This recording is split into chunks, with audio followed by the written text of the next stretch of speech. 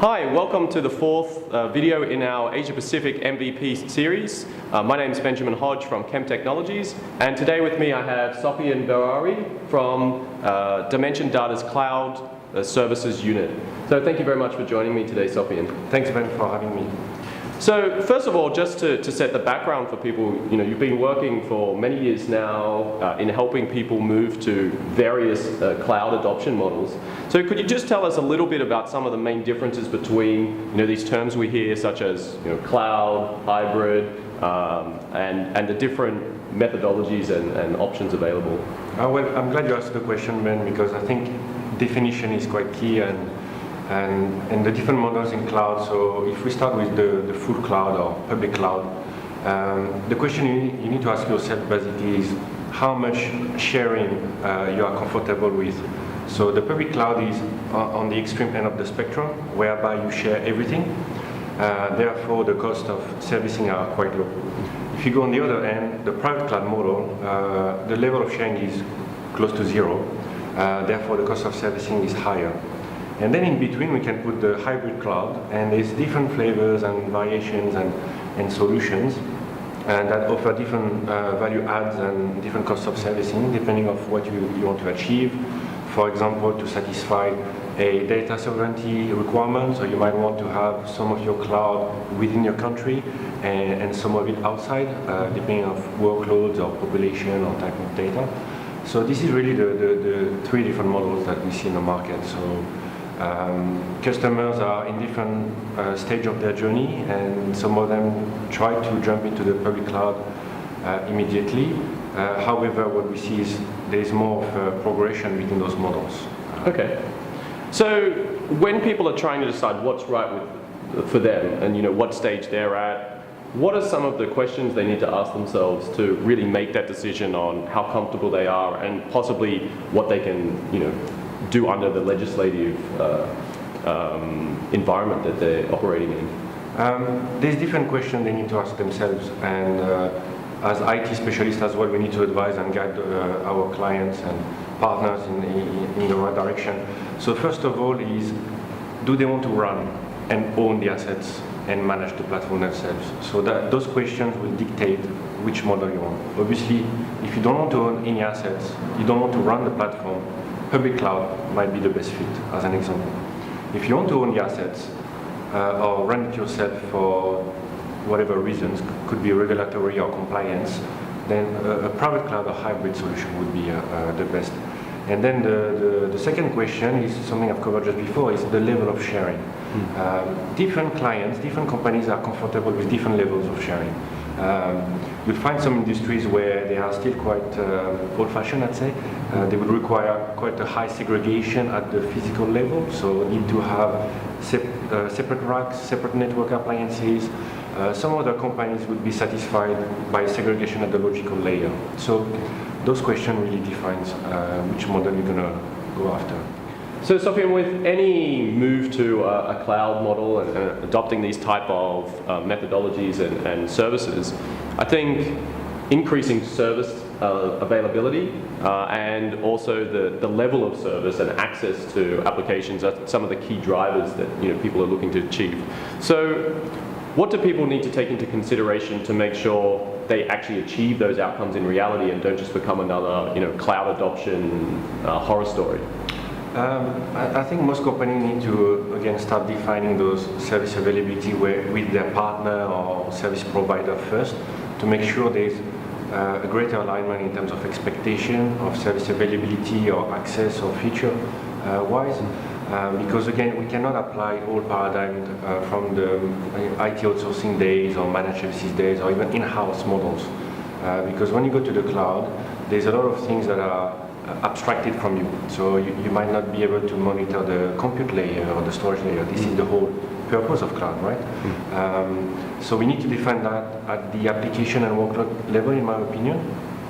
One complexity that company needs to be careful of, obviously, is the complex nature of those SLAs, because now you're adding the network layer in between, a service provider maybe to manage your application on top, so whether you choose Azure or any other platform. So that complexifies quite a lot the SLA, where before you just care about the service being up or down, or how much CPU my Exchange server was using or running. So it's a lot more complex, but there's a lot of solutions around that in the cloud technology space. The second aspect I'd like to also mention, besides achieving great availability, is also focusing on the business of those companies, right? So going to the cloud model for me is not just achieving high SLAs. In fact, a lot of companies are achieving a lot higher SLAs in-house, in my opinion. However, they look at freeing resources to do something else. Mm-hmm. So again, in terms of expectation alignment, make sure that you understand what you're trying to achieve and what your IT teams will be doing once your workload have moved to the cloud. Do you want to reuse them for different purposes or focus on the more high value outcomes for your business? Those are the two keys in my opinion. Actually, you just mentioned a good point there around what that change means for the IT organization. And how much do you think the resistance to that paradigm change, where you focus more now, for example, your ISP's SLAs are more critical because you need to be able to access public systems rather than inside, and shifting, the different layers that you're monitoring and how you think about it. How much of that resistance do you think is due to the organizational structure itself within IT and perhaps who's given ownership of that migration planning? Because we see a lot of people that are worried that the organization is actually trying to do away with the requirement for them. For example, you mentioned you don't need to worry about the storage layer. What does that mean for the storage team? And these kind of things. So how much of the organization structure itself is fueling these kind of problems in incorrect, communication to the teams and planning and ownership of that project? Quite a lot, actually. To me, that's the main challenge, trying to take my clients to the journey to the cloud. There's a lot of internal resistance, the kind of, I'm going to lose my job if we go to the cloud type of challenge. But there's also clients or companies that don't realize the challenge they are going to face by going to the cloud. I had a client recently in Vietnam who did not realize, because of their laws and so forth, that they could not necessarily retrench the number of people they planned to. So that kind of threw away the whole total cost of ownership model they put together to go to the cloud. And then we offered a hybrid model for them. That's another example. So I would say, don't underestimate your regulations and corporate laws and so on. But also, with right communication, I think it's quite easy to convince your workforce to focus, as I said before, on business value as opposed to keeping the lights on in the company. Yeah, well, you're a business enabler more than just a technician. Exactly. and moving towards those high value activities. Yes, and I think a lot of IT decision makers are looking at ways of showing value to the business, because most people see IT as a cost center, more or less, right? So those CIOs and CTOs and IT teams, they want to shine in the business. So cloud to me is a good example of how they can shine and focus more on delivering outcome to the business rather than running IT. Okay, great. So Microsoft Office 365 obviously has matured a lot since it was first released, and Microsoft Azure now is becoming a very popular topic as organizations look at how they can leverage that. But we just mentioned how organizational friction and resistance can sort of slow down that adoption into the cloud. Is that the only problem that's really holding people back from these type of technologies, or are there other considerations that are slowing people down in how they look to use these cloud-based models? There is many consideration. In fact, one of those is the financial aspect of it. So we always position cloud as a great tool to reduce your capex exposure and move everything to an OpEx model, which is great. However, there's a lot of companies that are not necessarily geared toward a cloud model. What I mean by that is their financial reporting systems doesn't highlight efficiencies around OpEx. I know a lot of clients that are willing to spend more money in CapEx. Like if you take the gaming industry, it's a very cash-rich type industry.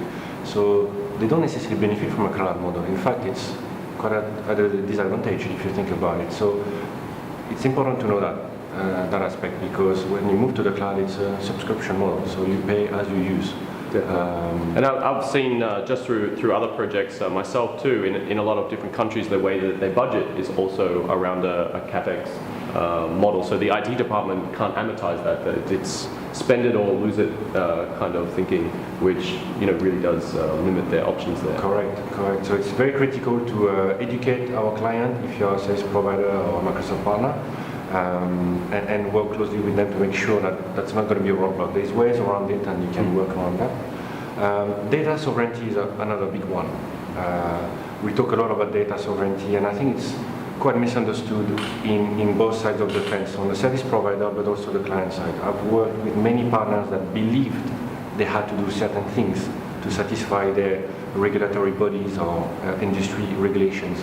And with a little bit of digging and consultation, we realized we could still go to the cloud by, for example, keeping certain type of data in country and shifting the rest to a cloud platform. So that's definitely possible. There's orchestration and tool sets that helps us to do that quite easily now.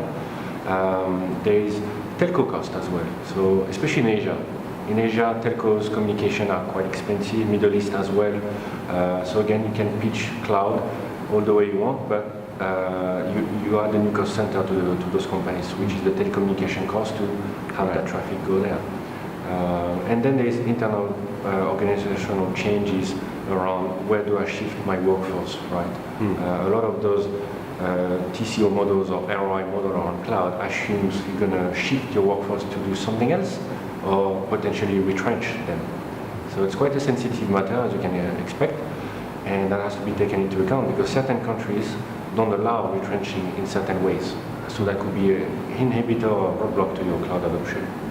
And I think also, as you mentioned, rather than just retrenchment, there could be a migration to other areas and getting access to those new skill sets, which might also be a problem if you can't get access to those kind of people in your location and workforce as well. No, I exactly. imagine it's a problem. Exactly. I think that's to me that's the main issue more than regulation and data sovereignty because we can work around those. There is enough solution on the marketplace today to satisfy most of those requirements, be it data sovereignty or HIPAA or BAL in Europe for financial services companies. So there's a lot of solution around that can be circumvented. Great. So just finally to wrap up for today, if people are looking at these type of questions now and trying to decide what's right for their organization and how do they make some of these transitions smoothly, are there any particular resources that you would recommend that people look into? Well, it depends your profile and where you come from. If you are more of a technical person, I would definitely suggest look at TechNet resources for Microsoft resources. Leverage the Microsoft partner community. It's very rich. There's a lot of expertise there. Go to the forum, the CTUs, the TechEd events, but also speak to Microsoft directly. The second key for me would be to also find a trusted advisor partner that can help you assess where you stand today and define what is your journey to the cloud. Because a lot of people focus on the outcome, but they forget to assess where they stand today and what are those steps to get there. Because it can be complicated for some companies. Yeah, and I think it is a very complex situation, and it's something difficult to just go to a blog or a how-to because we've moved away from that technician-driven, technology focus to very much a business outcome idea in this type of project. Yeah, definitely. So there's a lot of great partner in the marketplace that you can leverage or use the one you have today, but make sure you do this due diligence and have a good look at where you stand before you take that journey to the cloud. Okay, great. So thanks so much for your time today, Sofiane. And everybody, we'll see you next time in the Asia Pacific MVP series here at Kemp. Thanks for your time. Thank you, Ben.